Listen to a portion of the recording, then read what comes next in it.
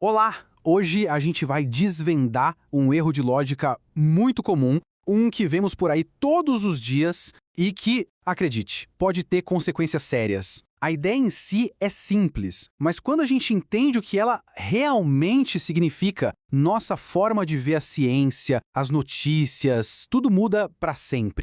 Todo mundo já se deparou com uma manchete assim, né? Parece que é o ponto final, caso encerrado, dá até pra continuar ali rolando o feed no celular até tarde, sem peso na consciência. Mas, e se a história não for bem essa? E se essa manchete estiver nos levando a uma conclusão perigosa, totalmente errada? Essa é a grande questão. Quando um estudo diz que não encontrou evidências, será que isso prova de fato que algo não existe? Vamos investigar o que essa frase, aparentemente simples, de verdade esconde. Primeiro, a gente precisa quebrar essa ilusão. O jeito como a mídia e, às vezes, até os próprios cientistas falam sobre os resultados de pesquisas pode acabar criando uma armadilha mental bem perigosa. E aqui está o pulo do gato. Ausência de evidência e evidência de ausência. São parecidas, né? Mas no mundo da ciência são coisas completamente diferentes. Entender essa diferença é a chave para decifrar o que as pesquisas estão de fato nos dizendo. Vamos lá, começando pela ausência de evidência. Isso é o que a maioria dos estudos com resultados negativos encontra. Significa basicamente que dentro das limitações daquele estudo específico, os pesquisadores não conseguiram detectar um efeito. Pensa assim, é como procurar as chaves no escuro com uma lanterna bem fraca. O fato de não encontrar as chaves não prova que elas não estão lá. Talvez a lanterna que não era potente o bastante. Agora, evidência de ausência, isso é outra história. É algo muito mais forte. Para chegar a essa conclusão, é preciso um estudo enorme, muito bem planejado. Seria uma lanterna super potente que ilumina a sala inteira e aí sim concluir com alto grau de certeza que as chaves realmente não estão ali. É uma afirmação bem mais difícil e bem mais rara de se fazer. E para a gente entender por que essa diferença é tão crucial, vamos sair um pouco da teoria. A história da streptokinase é um exemplo bem dramático de como essa confusão pode literalmente custar vidas. E olha, essa história não é nova não. Ela foi brilhantemente detalhada neste artigo de 1995 do British Medical Journal, que é a base da nossa análise. Ele já alertava para os perigos de interpretar errado os resultados dos estudos.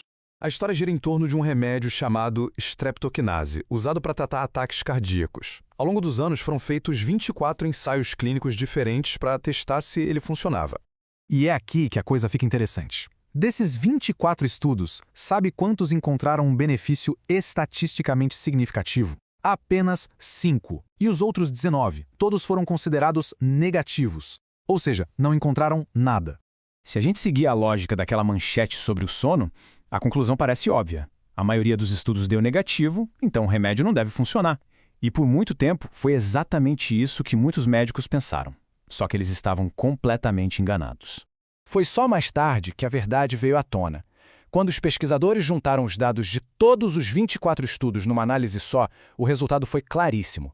O remédio não era um fracasso, pelo contrário, era um sucesso. Ele reduzia a mortalidade em 22%. Pensa no que isso significa. 1 em cada 5 pacientes que teriam morrido sobreviveu por causa dele. O ponto central é este. Cada um daqueles 19 estudos negativos não era uma evidência de que o remédio não funcionava. Era simplesmente uma ausência de evidência causada por um problema muito, muito comum. Mas como isso acontece? Por que tantos estudos não conseguem achar efeitos que na verdade existem? A resposta leva a gente para o coração do problema. O tal do estudo pequeno e um conceito chamado poder estatístico. Falando de um jeito simples, um estudo precisa de gente suficiente participando para ter uma chance real de detectar um efeito verdadeiro. Só que muitos estudos, por questões de grana ou de logística, acabam sendo pequenos demais. Eles têm o que se chama de baixo poder. É como a nossa lanterna fraca. Eles já nascem com uma chance enorme de não encontrar nada, mesmo que o efeito esteja bem ali. O artigo original dá um exemplo perfeito disso. Um estudo que comparava 2 tratamentos para hemorragia calculou que precisaria de 1.800 pacientes para ter poder suficiente. Sabe quantos eles usaram no final? Apenas 100. Com tão pouca gente, os próprios pesquisadores calcularam que o estudo tinha só 5% de chance de achar a diferença que eles estavam procurando. Ou seja, tinha 95% de chance de dar errado desde o começo. Era praticamente garantido que o resultado seria nenhuma evidência encontrada. E como era de se esperar, foi essa a conclusão que eles publicaram. Eles confundiram a incapacidade do estudo de encontrar uma diferença com a prova de que a diferença não existia. Um erro clássico e muito perigoso. Ok, sabendo de tudo isso, como a gente pode aplicar esse conhecimento? Vamos para a nossa parte final, fazendo uma pergunta melhor.